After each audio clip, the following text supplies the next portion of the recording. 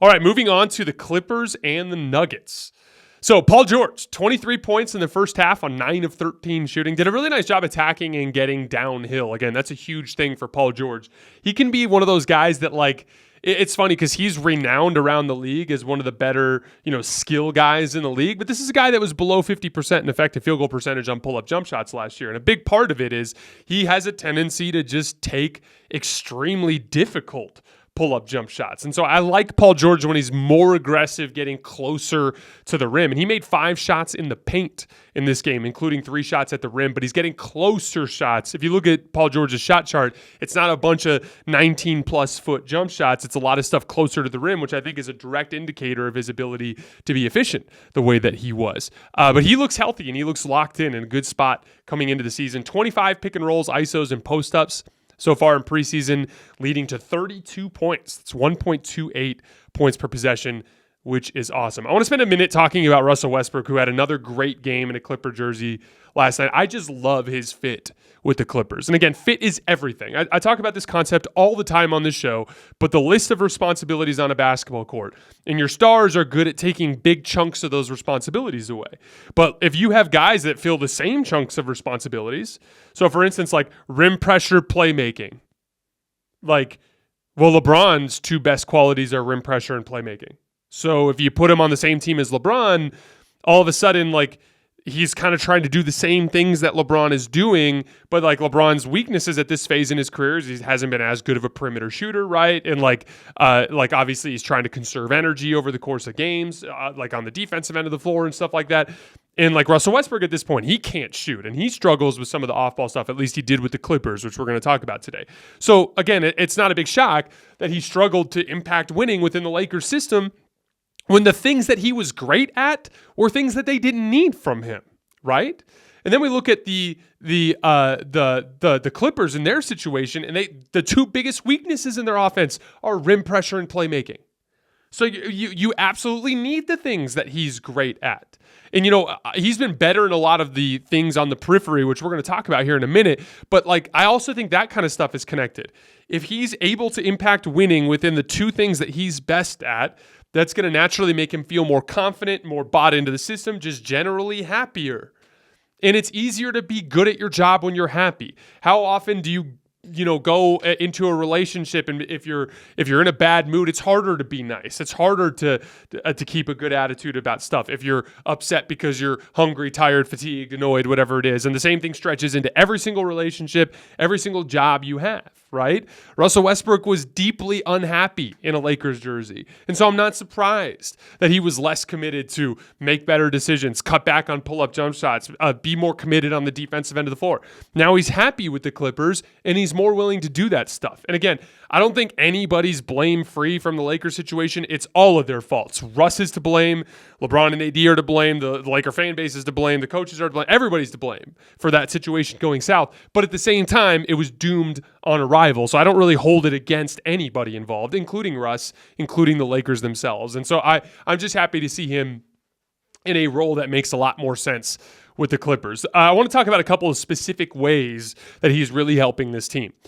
First of all, in transition, the Clippers made just 615 field goals in transition last year. That was bottom 10 in the league.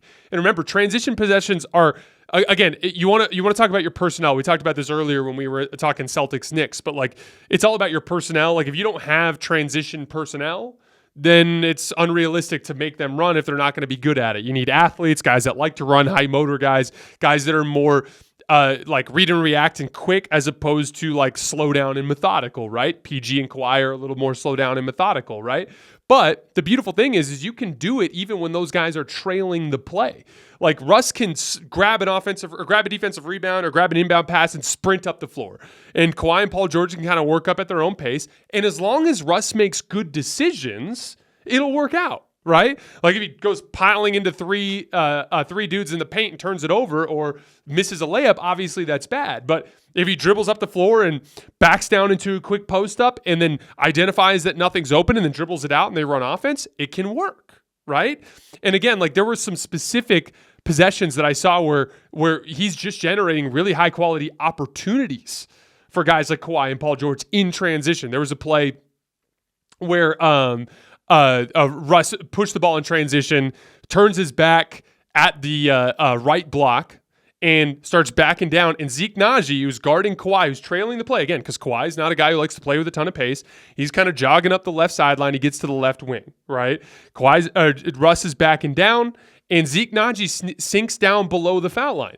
Russ throws it to Kawhi. Naji closes out to Kawhi, but closes out short, and Kawhi just shoots like a standstill, pretty damn open three that he makes. Like, that's a really easy shot for a guy who, when healthy, is a top 5 player in the entire world. And you can generate those types of open shots through rim pressure, through transition pushes, which were things they were not getting until Russell Westbrook was in the system. There was another Kawhi Leonard transition three in the corner. Same type of thing. This is off a made basket. Julian Strawther hits a pull-up three against a bad pick-and-roll coverage from the Clippers. Russ gets the inbound pass on a make and just runs like crazy down the floor, does like a over-the-head rip-through, like that Dwayne Wade over-the-head pullover dribble against Reggie Jackson, gets all the way to the rim, pulls in a help defender, and throws a kick pass to Kawhi Leonard, another completely uncontested three. There's a point where you pause right as Russ is throwing the pass to the corner. All 5 Denver Nuggets were in the paint. This is the value of rim pressure, which you can generate in transition as well as you can in the half court. Shot in the half court as well. Like, Russ can really cause problems for smaller guards in the post. Jalen Pickett is a big, strong guard who just got drafted for the Nuggets. Russ just buried him in the post. And as a result, DeAndre Jordan had to come over and help at the front of the rim. As a result, Justin Holiday had to kind of sink down to help on Zubac. And he just throws the kickout pass to Paul George on the right wing. Now Paul George, one of the 15 best players or 20 best players in the world, pump fake. I can't remember who it was. I think it was Justin Holiday. Runs by him on the pump fake. Just one easy dribble into about 19 feet and rising up for basically a practice jump shot for one of the best players in the world. And again, these are things that they absolutely weren't getting before he was in town. And that's, I shouldn't say in town because he stayed in the same town, but in a Clippers jersey. I think there are very specific ways that Russ complements this specific roster. And again, I've talked about this all the time. One of the most valuable elements of NBA offense is rim pressure. That is what compresses the defense. It is what generates offensive rebound opportunities and closeout opportunities. When the defense is in rotation, or then your aggregate ball handling and guys attacking closeouts and things like that can get great shots. He fills a need. Now, the key to Russ making a winning impact even in this role comes down to 3 things in my opinion. The fit, which we just talked about, but defensive commitment. We saw him play defense at one of the highest levels of his career in the first 2 games of that Phoenix Suns series. If he continues to do that, that's something that can push the ceiling of this Clippers team even higher. And again, that kind of brings me back to the happiness element. I think he could be more committed on those details simply because he's happier in a Clippers jersey than he was in a Lakers jersey. And then last but not least, limiting mistakes, taking away bad shots. Here's a stat for you. Russell Westbrook has not attempted a single pull-up jump shot this entire preseason in 37, 38 minutes. That's a significant stat. Last year in the preseason for the Lakers, Russ took 6 pull-up jumpers. It was still something that was in his diet back then. Here's some crazy stats for you. A pull-up jump shot from Russell Westbrook in the 2022 season, his full season with the Lakers, was worth 0.8 points. Last year with the Lakers, it was worth 0.77 points. Last year with the Clippers in the regular season in the playoffs, it was worth 0.83 points. So it's just been a bad shot for years now for the Clippers, and it appears that he might finally have made the adjustment just to take it out of his game entirely. Again, he's taken 0 of them. And this is a guy who loves to take those jump shots. That's a significant move towards limiting his mistakes. Limiting turnovers. That's something he's going to have to get a little better at. He's been turning it over at a pretty high rate in a Clippers jersey. He's over 5 turnovers per 100 possessions in last year's regular season, in the playoffs, and in this year's preseason. So he'll need to kind of tone back that a little bit. And then lastly, the off-ball mistakes. So losing a shooter off the ball or missing box outs. But if he can limit mistakes and commit on the defensive end, I'm not talking about he can impact winning.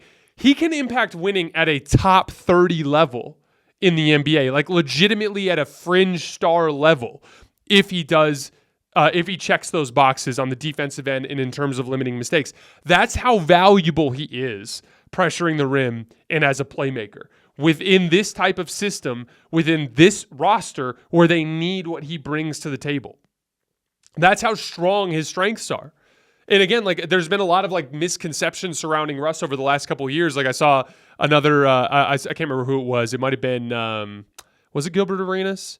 I think it might have been Gilbert. But somebody was like, oh, I can't believe Russ is ranked 89 in the ESPN player rankings. Like how in the world is Russ this low? And it's like, there is a huge kind of like disparity between what most people think about Russ and like a lot of like specific former players and fans think of him, right? And Russ does have like a very loyal fan base of people that are extremely defensive of him. And the reason why that big chasm of opinion exists is because of the highs and the lows.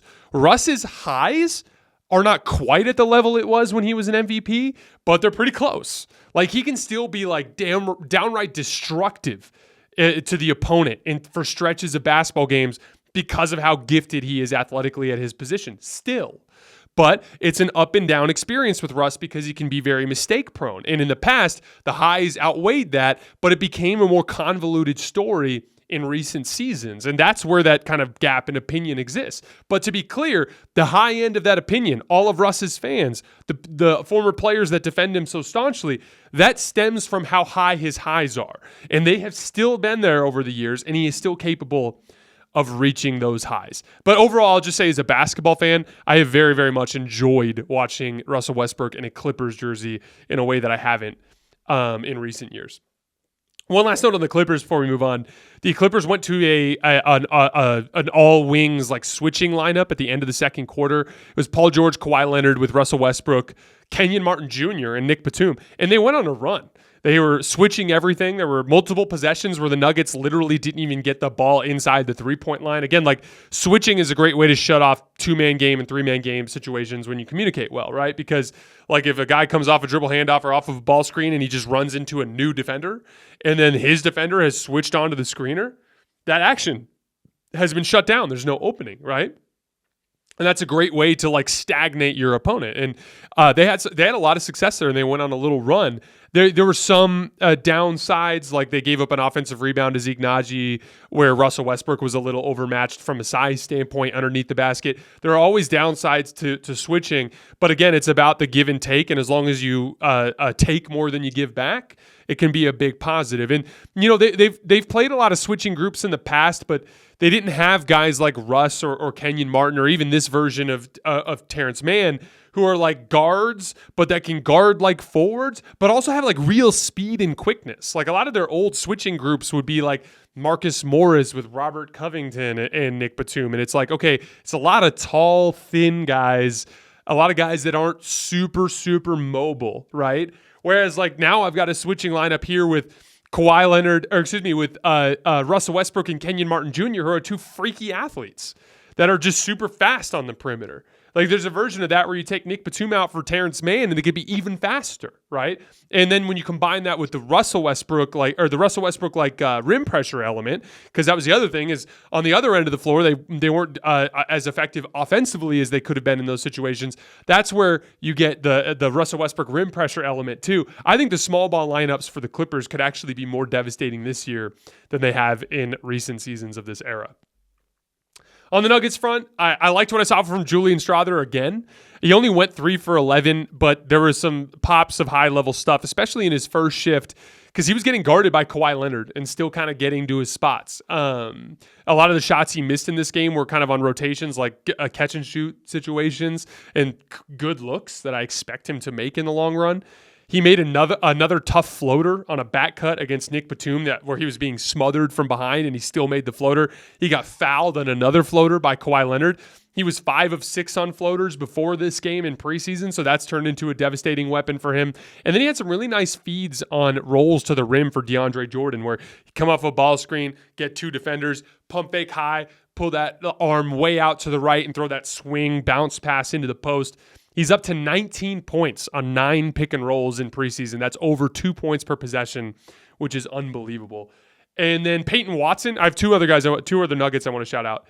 Peyton Watson still can't make a jump shot and is still missing way too many shots at the rim, but his athletic pop off the dribble is something that really popped off the screen for me in this game. I talked about that switching lineup for the Clippers. Again, what happens when a team switches? They shut down your actions. From there, you have to find a way to get them in rotation in a one-on-one matchup, right? And two of their good offensive possessions against the zone were literally Peyton Watson driving closeouts. And he had one on Paul George and another on Kawhi Leonard. And again, like, he's obviously super raw and he's going to have to polish up the skill stuff. But Peyton Watson's like slashing ability is a real exciting talent that could amount to something in the big picture. And then last guy I wanted to shout out was Hunter Tyson, a player I haven't had a chance to watch yet. He's big and he can score the basketball. He hasn't shot well in previous preseason games, but when I watched him in the game against the Clippers, he looked like an NBA player. He had a nice jumper and pick and roll around like 10 feet from the basket. He had a transition possession where he bodied Robert Covington at the rim for a finish. He had a couple of nice threes on the move, getting his feet set quickly. He had a powerful transition dunk. Again, he just looks like an NBA player. I'm not sure if he'll make the Nuggets roster, but he just looks like a guy that I'd see in the NBA somewhere. He's tall, can shoot, mobile, smart kid. I think he's someone that can play in the league.